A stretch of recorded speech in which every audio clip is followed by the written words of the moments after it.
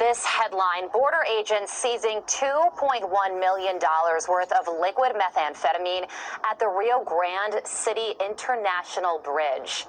Texas Congressman Pat Fallon sits on the House Armed Services Committee, and he joins me now. Congressman, good morning. Thank you so much for joining us. It's not just people that are coming across the southern border. It is drugs, and they are coming in mass. They are, and in fact, Joe Biden, during his presidency in the last year and a half, they've seized 1,060,000 pounds of illegal narcotics. About just this year in FY22, 8,400 pounds of fentanyl, which is enough to kill every American, man, woman, and child, about 12 times over. Oh my gosh. Yeah. And then you have people saying that, well, because all those drugs were seized, that proves that the border is secure. I mean, how many drugs are getting across without anybody knowing? Well, that's the thing. We don't know, right? I mean, that's the thing. We know that methamphetamine's up. We know fentanyl is up. The only thing that's down is heroin, because fentanyl is replacing it. And this is how deadly fentanyl is. It's 50 times more powerful than heroin and 100 times more powerful than morphine. It's frightening. The drug cartels are making record profits, $30 billion a year. That's the GDP of a small nation state like Estonia and Latvia have about the same on par. But they're also making a pile of money with human smuggling now, too. Exactly. And the other thing is that the known gotaways, 500,000 that we know of. And then you have your colleague from North Carolina, David Rouser. He was just at the border, and he said when he went down there, he wouldn't be surprised if there was another 9/11 in a few years, because we just don't know who these people are. I know. And that's the frightening thing, right? So the worst month we ever had on record was April of this year, with 234,000 illegal border crossers. Historically bad.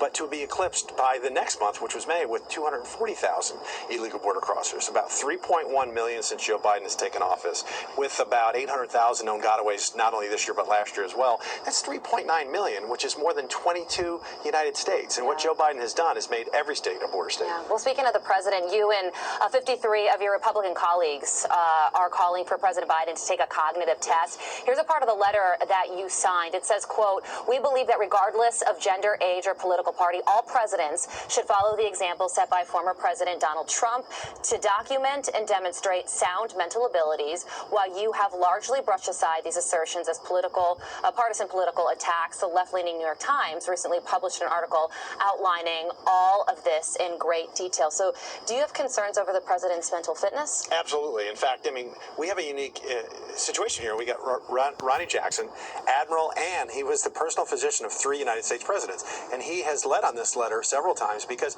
he actually administered a cognitive test for President Trump, who the media, of course, was largely, at his throat. And they said, you better take a cognitive test. And he did, and he passed it with flying colors. And we're just asking Joe Biden to do the same thing. I have a fear that he won't pass that test, because you've seen very awkward and odd moments where it's cringy, where he can't complete sentences. And I mean, everybody has a flub every now and again. I mean, Obama said there were 57 states, and he got a pass from the media. And they said he was tired. Probably was. But Biden, it's repeated, and it's a pattern. Yeah, we'll see if he responds to that request. In the meantime, you're on the Republican congressional baseball team, playing later tonight.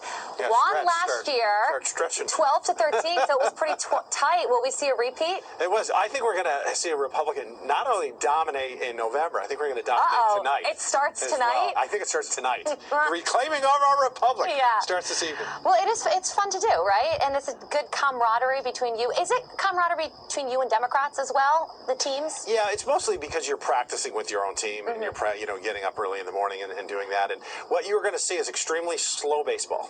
The baseball travels slowly, it's hit slowly. There's not a lot of bat speed. It's fun. But there are some stealing, because the throws from the catcher are so slow as well. It's all relative. Yeah, and it's all in the name of charity and bipartisanship, and we absolutely love that. And people at home can watch Fox Sports 2 and Fox Nation as well.